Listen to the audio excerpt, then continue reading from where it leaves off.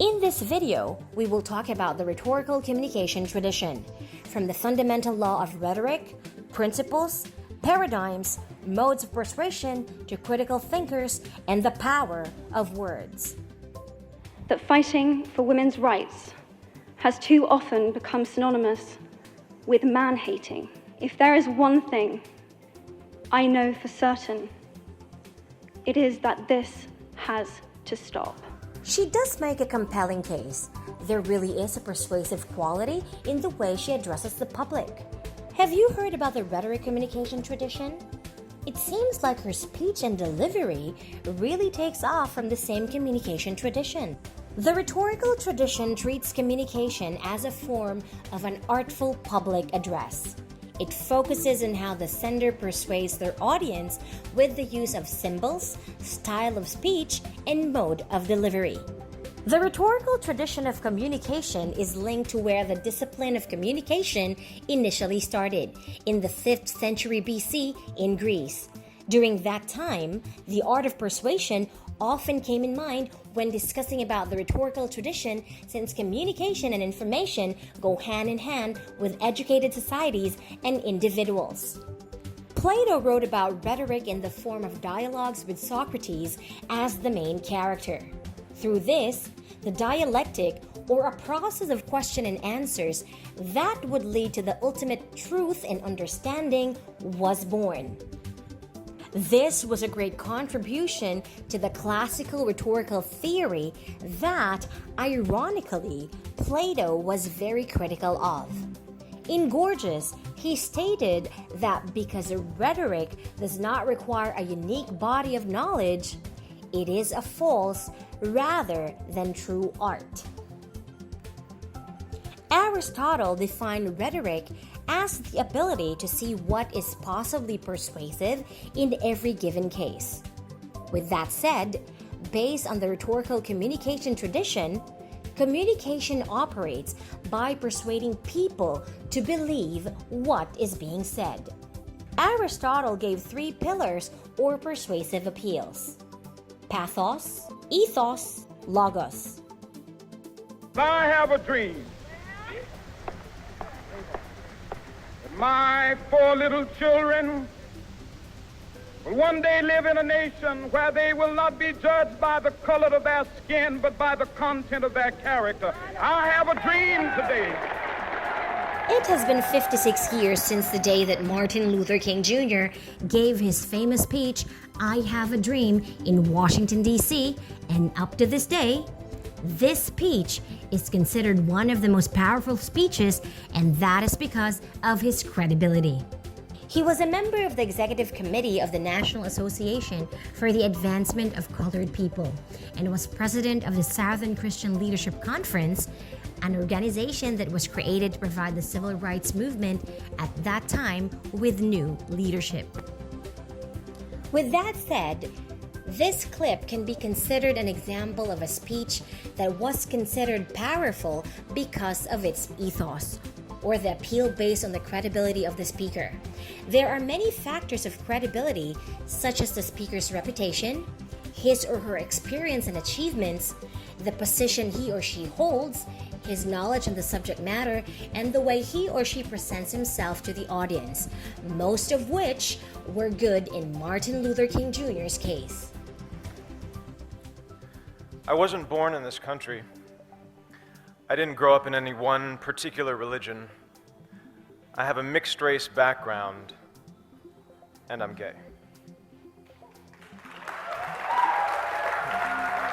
That clip was the conclusion of Wentworth Miller's speech on coming out and the struggles that came with it at the Human Rights Campaign dinner in Seattle.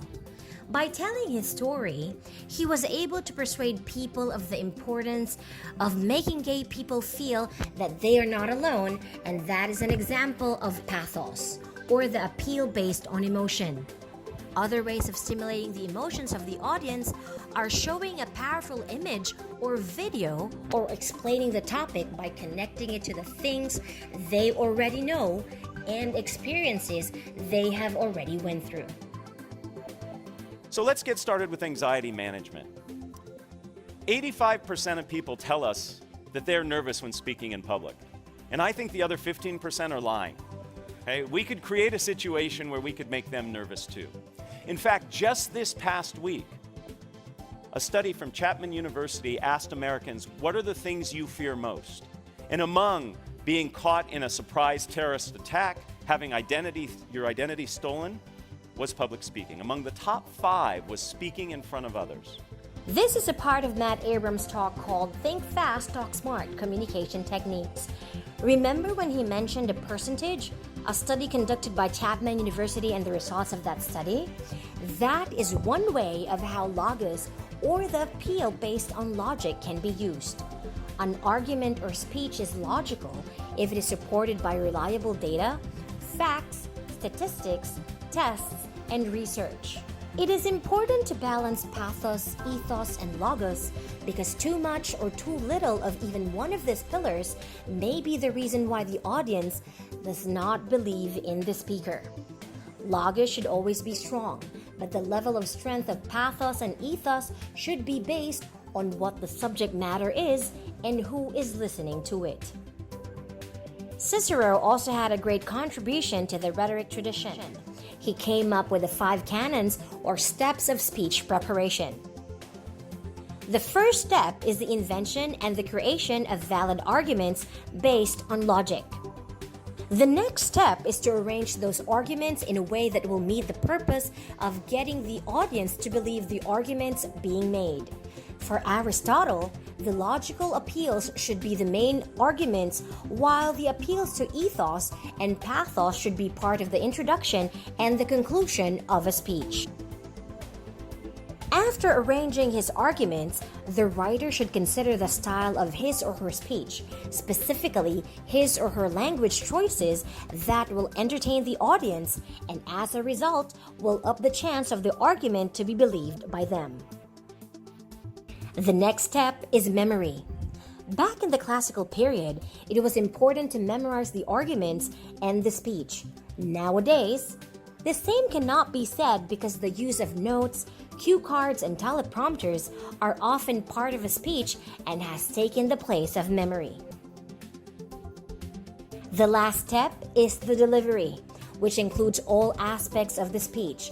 The speaker's gestures while speaking, the amount of eye contact with the audience, the tone of the speaker, his or her pronunciation, and even the confidence he or she shows while speaking.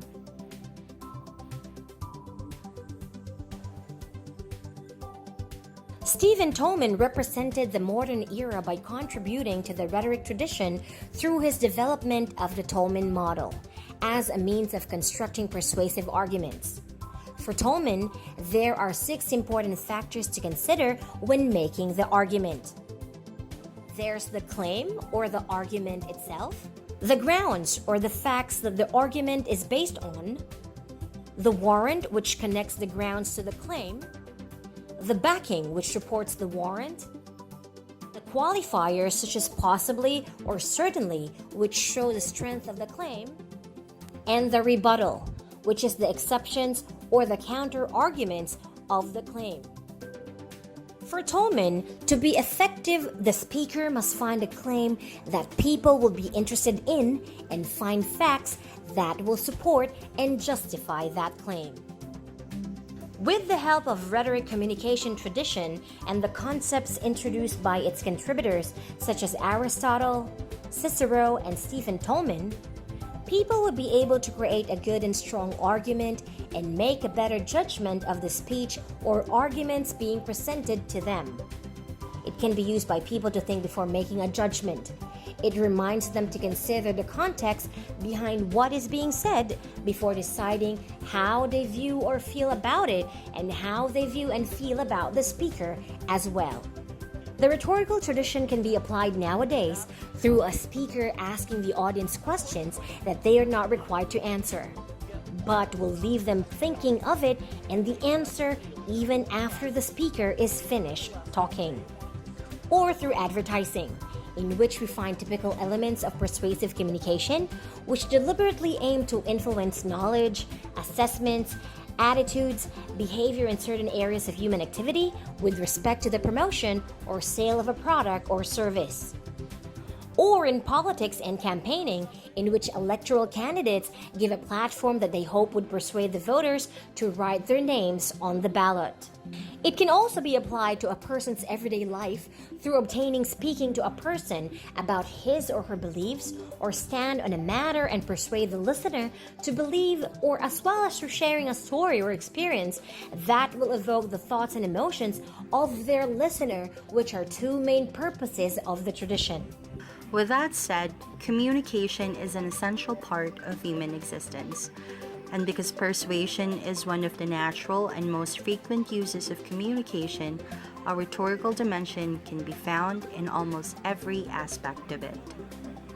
It is impossible not to communicate, stated as the first axiom of the pragmatics of human communication. There is no need to have full knowledge on the rhetorical theory, to use rhetorical figures properly, or to make complex argumentative forms. This ability depends on individual talent and culture and is at least partly rooted in the communicative skill of each speaker.